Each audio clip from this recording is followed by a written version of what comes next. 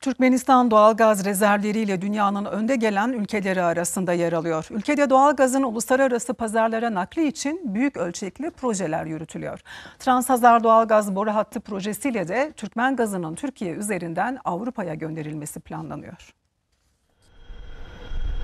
Türkmenistan 50 trilyon metreküpten fazla doğalgaz rezerviyle dünyada 4. sırada yer alıyor. Ülkede son dönemde 5 trilyon metreküp doğalgaz rezervine sahip 149 yeni gaz sahası daha keşfedildi.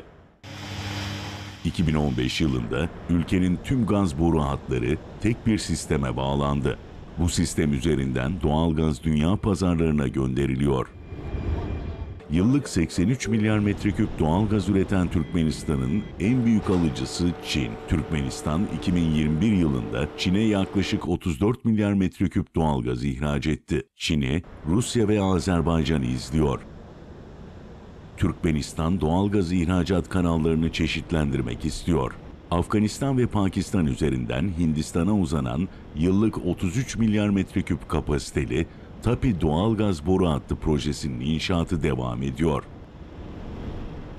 Türkmen doğalgazının Kazakistan'a ihraç edilmesi konusunda da Mayıs ayında taraflar anlaşmaya vardı. Transhazar doğalgaz boru hattı projesiyle de Türkmen gazının Avrupa pazarlarına gönderilmesi amaçlanıyor. Söz konusu projenin Türkiye-Azerbaycan-Türkmenistan üçlü zirvesinde ele alınması bekleniyor.